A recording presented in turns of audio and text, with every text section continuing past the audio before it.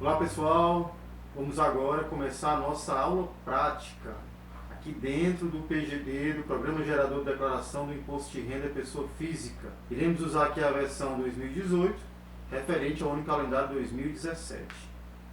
Ainda não saiu a instrução normativa, mas irá sair em breve. Então vamos lá. Aqui é a tela inicial do Programa Gerador de Declaração, tá? A única alteração que vai ter realmente aqui vai ser o ano e algumas novidades que você tem que fazer e nós iremos falar aqui no decorrer da nossa aula. Então simples, você pode criar uma nova declaração ou você pode importar os dados do imposto de renda do ano anterior sempre. Então quando sair 2019 você pode importar os dados da declaração de imposto de renda 2018, mas isso é se você tiver salvo na sua máquina esse arquivo, tá? Se você não tem, você pode tentar baixar da pessoa se ela tiver certificado digital, o arquivo, e também pode baixar, se ela tiver certificado digital, a declaração pré-preenchida lá no ECAC da Receita Federal. Mas vamos fazer aqui com uma pessoa que não tenha declarado ainda, ou que você não tenha a declaração do ano anterior. Então clique em novo, criar uma nova sem importar nada e aqui colocar o CPF da pessoa. CPF, nome, clique em OK, declaração de ajuste anual que nós estamos fazendo, clique em OK. Aqui ele fala das opções que você tem de fazer pelo modelo simplificado ou pelo modelo completo. Iremos falar disso também.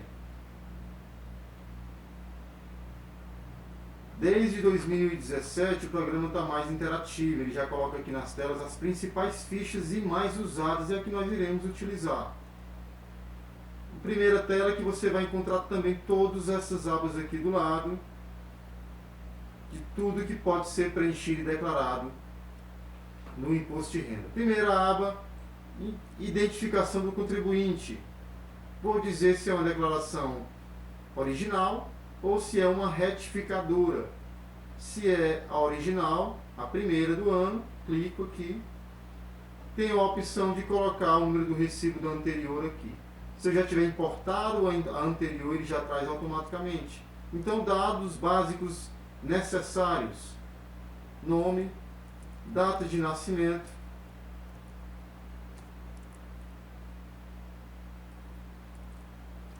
título eleitoral não é obrigatório. Tá? Se possui cônjuge, marca que sim. Pode colocar o CPF aqui, já que você vai colocar lá como dependente ou não.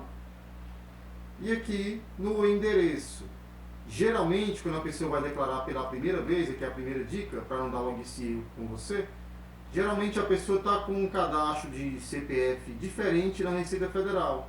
Então você já pode marcar que sim, houve mudança de endereço e colocar o tipo de endereço, rua, qual o nome do logradouro,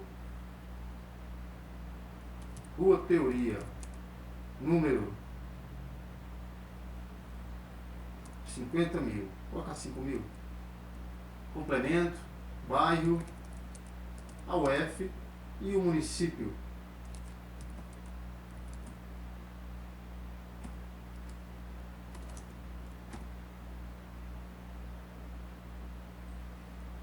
Depois coloca o CEP.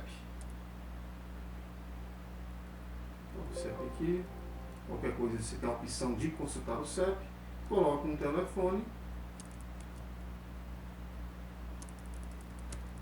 E um e-mail. Não é obrigatório o telefone nem e-mail. Onde ficar amarelinho é porque não é obrigatório o preenchimento da informação. Mas se ficar vermelho, olha só, esse é de preenchimento obrigatório, tá bom? Então, próximo passo, dizer qual a natureza da ocupação desse contribuinte. E aqui temos várias.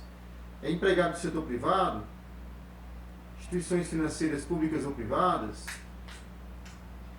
As mais comuns, né, são essas duas aqui, setor privado, ou então servidor público no âmbito federal. Temos aqui membro servidor público da administração pública federal, servidor público ou de autarquia, empregado de sociedade mista, membro servidor público estadual ou Distrito Federal, e ainda temos do município. Tá? se é militar, se é empregador de empresa pública ou sociedade de economia mista, se ele é aposentado, se ele é beneficiário de pensão alimentícia, bolsista,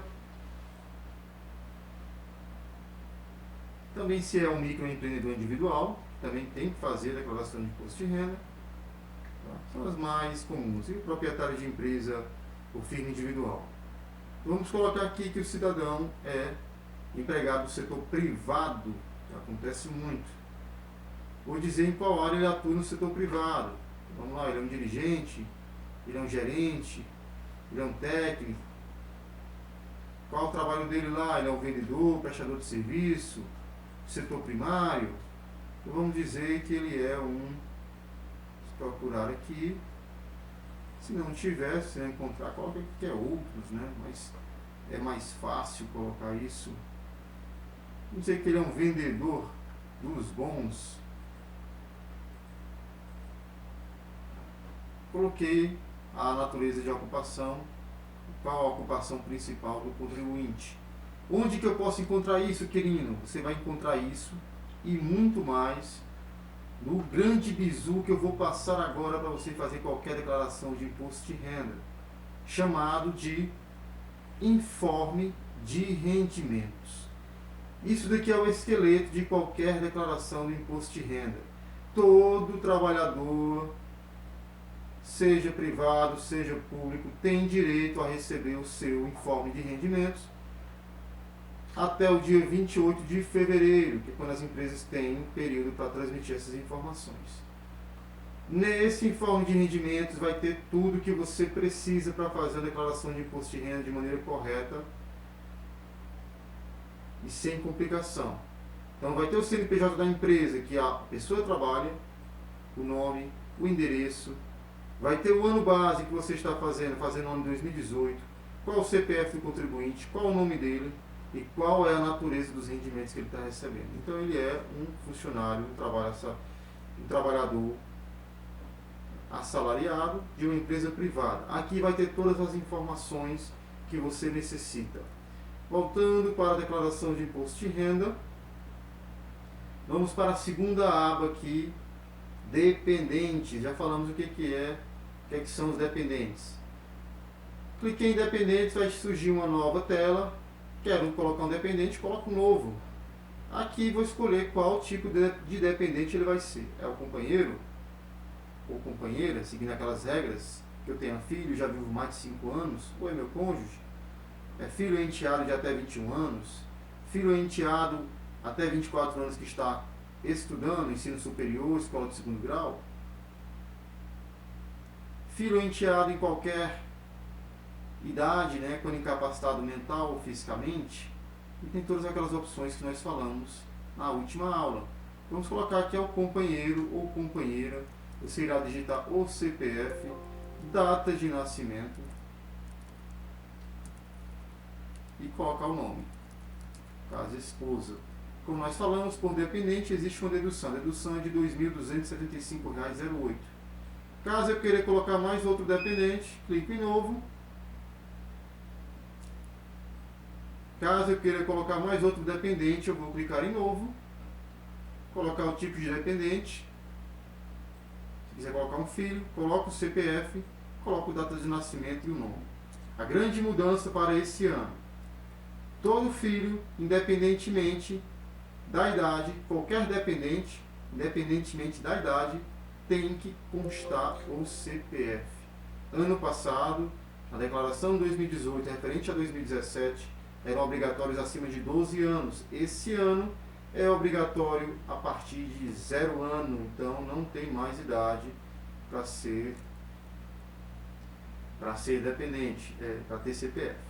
Coloquei um errado aqui, o que é que eu faço? Seleciono e excluir. Então, muito dinâmico, muito interativo, intuitivo o PGD. Na próxima aba, alimentando.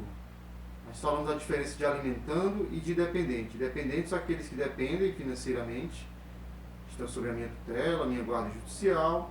Os alimentando são aqueles que eu pago pensão alimentícia. Vou dizer se é no Brasil ou no exterior, colocar também o CPF, data de nascimento,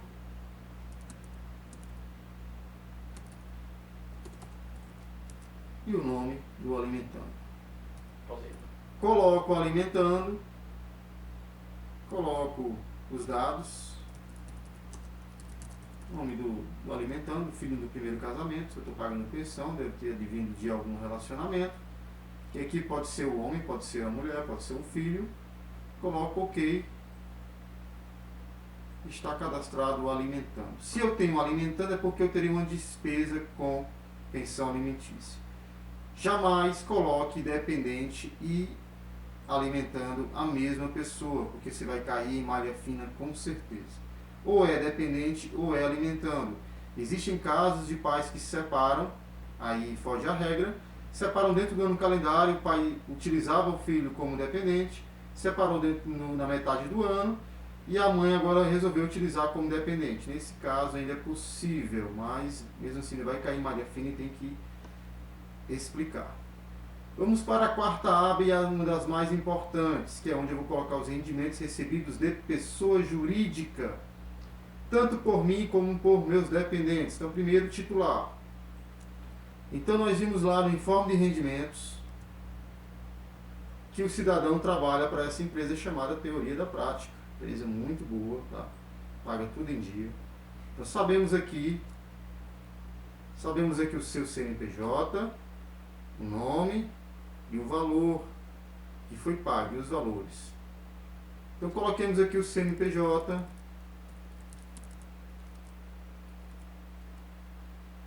o nome da fonte pagadora,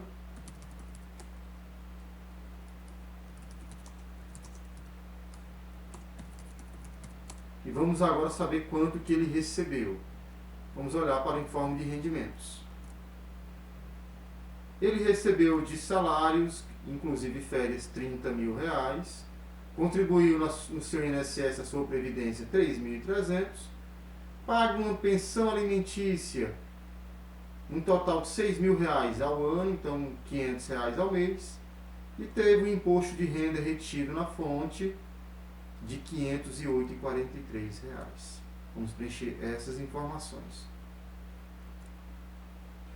Recebeu 30 mil de rendimentos. Recebeu 30 mil de rendimentos tributáveis da empresa. Pagou 3.300 de previdência oficial. E teve R$ 508,43 retidos na fonte. Aqui pede para informar também o 13º. Se ele recebeu 30 mil no ano, é sinal que ganhava 2.500 por mês. E teve também retido na fonte aqui de 13º salário.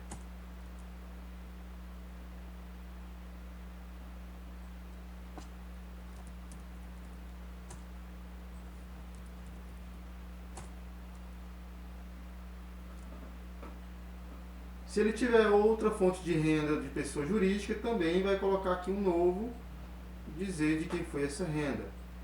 Se o seu dependente também tiver renda, aí muita atenção nisso, as pessoas querem colocar dependente, mas esquecem de colocar a renda dele. Se ela trabalha de carteira assinada, recebe de alguma pessoa jurídica, coloca aqui.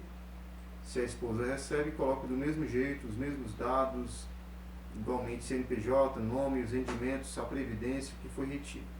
Então, a esposa não tem, vamos excluir. Se eu recebi de pessoas físicas, aqui está mais para trabalhador não assalariado, para os profissionais liberais. Aqui é uma outra aula, como a gente faz um carnê-leão. Iremos ensinar aqui também para você poder fazer carnê-leão de profissionais liberais aí e ter um rendimento mensal acompanhando esses profissionais. Na próxima ficha, temos os rendimentos isentos e não tributáveis. Ao clicar em novo, você vai ter aqui uma relação de rendimentos, quais seriam. Então temos aqui os mais comuns: apólice de seguros, indenizações trabalhistas, lucros e dividendos, aposentadoria para quem tem mais de 65 anos, rendimento de caderneta de poupança. Então, se você tem uma poupança, você clica aqui e vai saber se for titular ou dependente. Onde que eu consigo essa informação? Essa informação você consegue no informe de rendimentos do banco. Olha só. Aqui é um exemplo de informe de rendimentos do Banco do Brasil. E ele diz aqui se o cidadão tem ou não conta poupança. Nesse caso ele não tem conta poupança, só tem conta corrente. Então aqui não é necessário preencher poupança.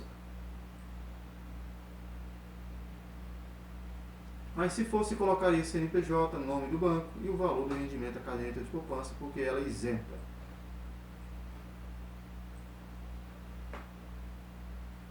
Sujeito à tributação exclusiva na fonte. Próximo ficha. Em pessoas que têm juros sobre capital próprio ou rendimento de aplicações financeiras, também coloco aqui, dizendo qual foi o valor que eu tive de aplicação financeira. Juros sobre capital próprio também, coloco o valor do juros sobre capital próprio, ou participação de lucros ou resultados, ou qualquer outro. Lembrando sempre de preencher o CNPJ e o nome da fonte pagadora, e que ele vai trazer todos os dados que eu preenchi. 13º é um rendimento exclusivo na fonte definitiva, então não recupero o 13º imposto de renda retido na fonte. Próxima aba e mais comum, pagamentos efetuados, uma das mais importantes, é aqui onde eu coloco todas as minhas despesas para abater na minha base de cálculo. Então vamos para as despesas.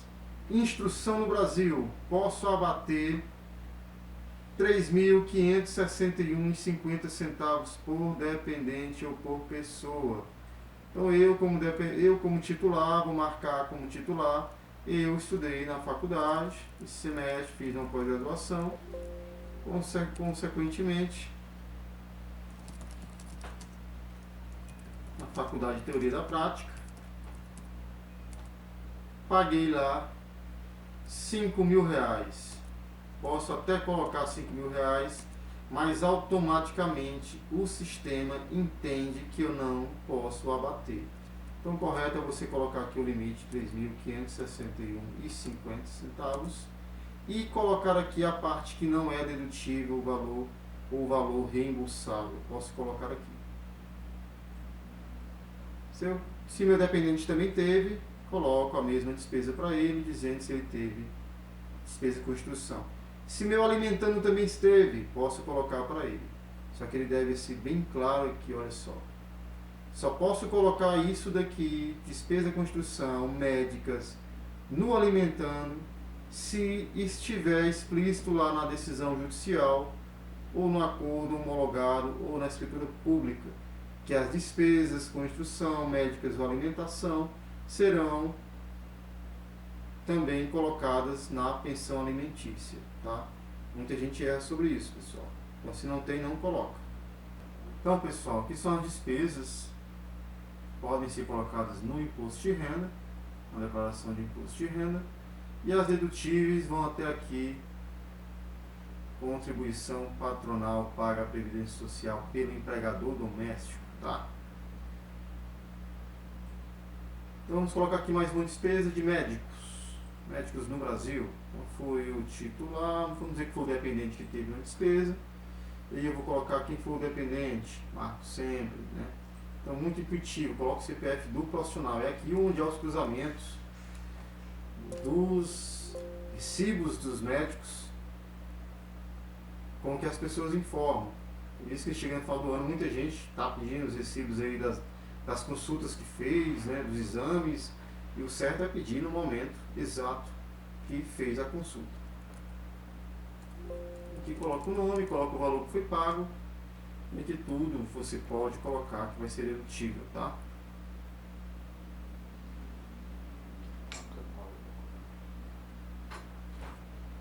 Uma grande questão quanto a medicamentos, tá, pessoal?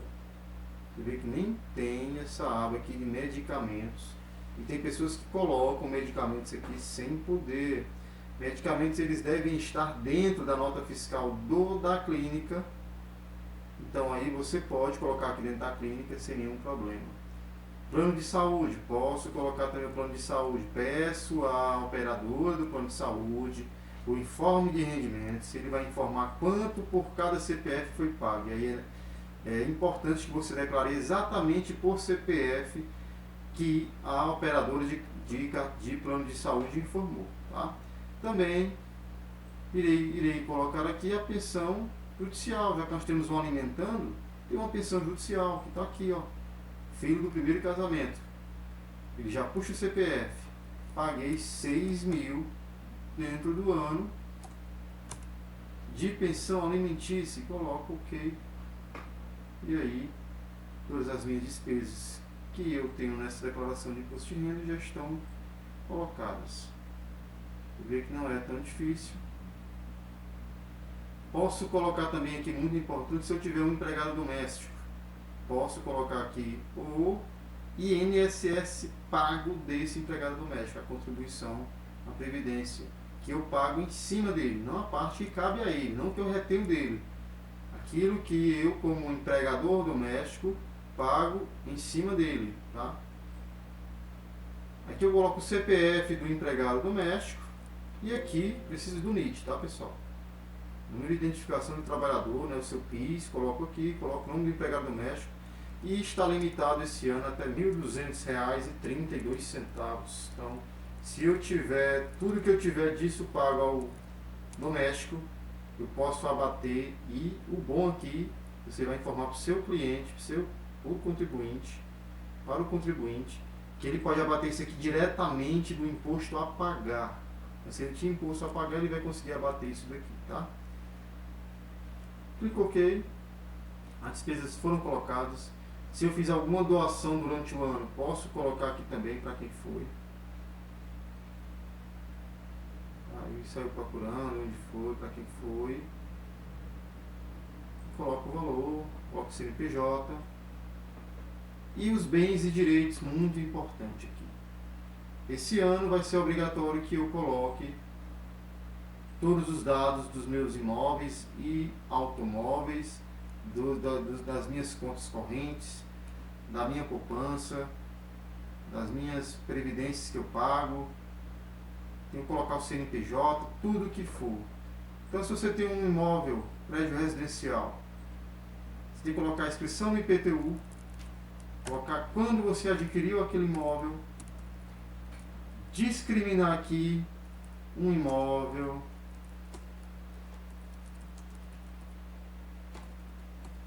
com uma porta e um portão, de alvenaria, medindo já vai estar lá embaixo, não precisa mais, adquirido à vista, com pagamento feito em espécie. Você vai dizer toda a operação que aconteceu. Se foi trocado através de uma troca de um imóvel, número 50, do livro A, do cartório, e assim você vai descrever toda a historinha, como dizia um professor meu, contar a historinha daquele bem. Você vai colocar o endereço, o número do imóvel, complemento, bairro, qual é o município, e preencher todos os dados. A área total do imóvel, qual a unidade, se é hectare, se é metro quadrado, se está registrado ou não no registro de imóveis, coloque sim ou que não. Tá? Se tiver registrado, matrícula do imóvel, nome do cartório. Tudo isso vai ser obrigatório a partir desse ano de 2019 na declaração de imposto de renda. Até ano passado era facultativo. E aqui a grande situação, como é que se encontrava esse imóvel? Qual era o valor dele em 2016? E agora em 2017, na verdade você vai estar aqui como 2017 e 2018 na declaração desse ano. Porque o que acontece aqui? Se você tem algum imóvel financiado, você já está morando nele, tá? Aí você pode colocar quanto você já pagou. Então, prédio residencial adquirido através de financiamento da Caixa Econômica em 360 parcelas com entrada de R$50 mil. Você escreve a historinha bem bonitinha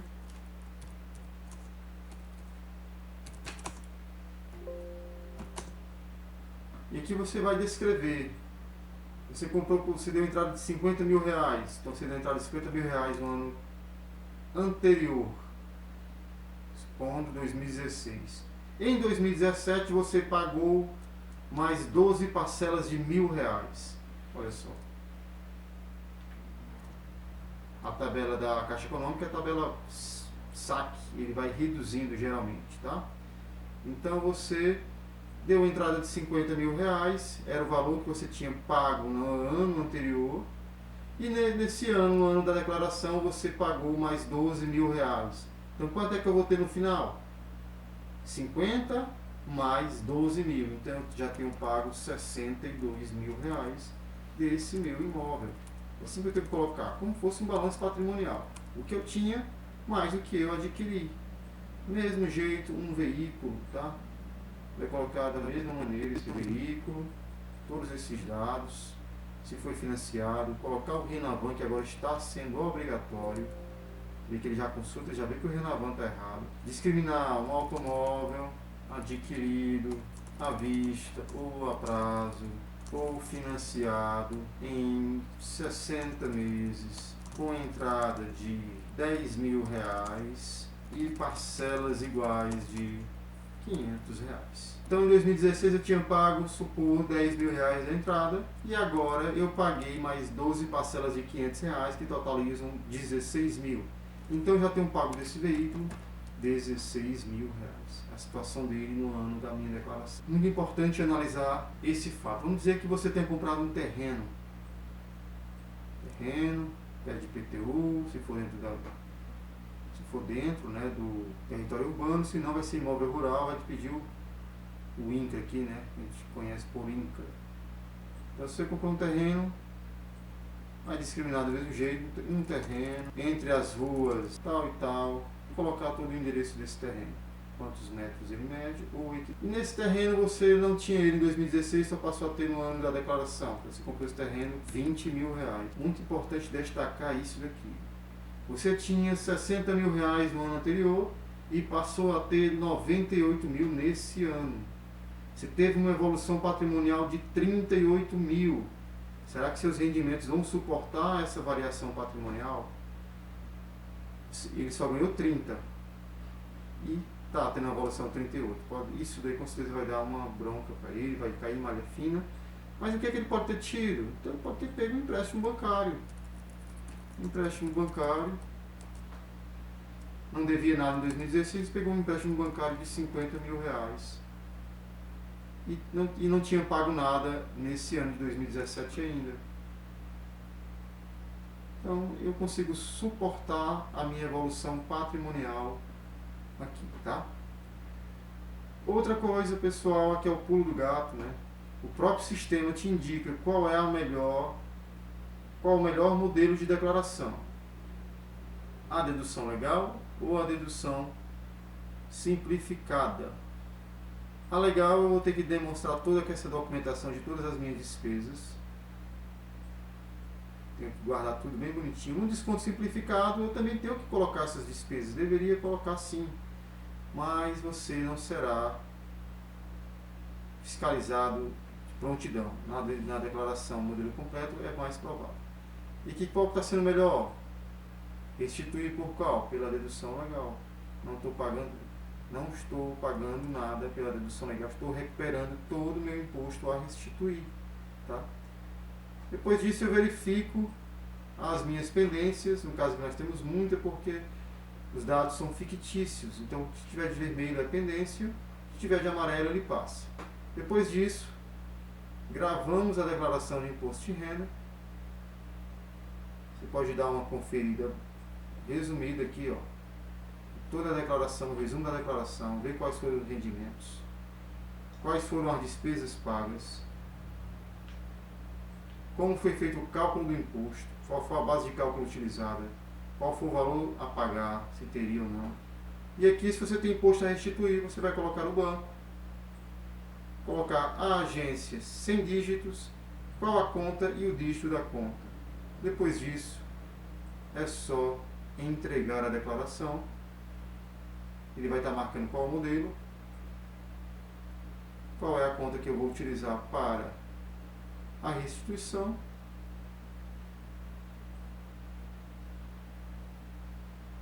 E aqui ele dá a informação, nós não temos completado, se pode transmitir ou não a declaração. Com isso, você vai gerar a declaração aqui após transmitida em declaração, imprimir a declaração, você vai gerar toda a declaração, vai visualizar, vai mostrar para o seu cliente, manda impressa ou manda por e-mail para ele, né? Entrega impressa toda a declaração e também o recibo, que é muito importante. O recibo e a declaração. Sem o recibo, a declaração não tem validade nenhuma. Aqui vai estar a declaração transmitida. E se ele teve imposto a pagar, você consegue imprimir aqui também, DARF do imposto de renda. Você vai gerar aqui se ele teve algum imposto a restituir. Bem, pessoal, chegamos ao final da nossa videoaula. Espero que vocês tenham gostado. Fiquem ligados no nosso canal, Teoria da Prática. Sigam lá nas redes sociais. Fiquem ligados no blog para os conteúdos, para os nossos cursos práticos. Esse foi o primeiro curso prático do nosso canal. Espero ter contribuído com vocês.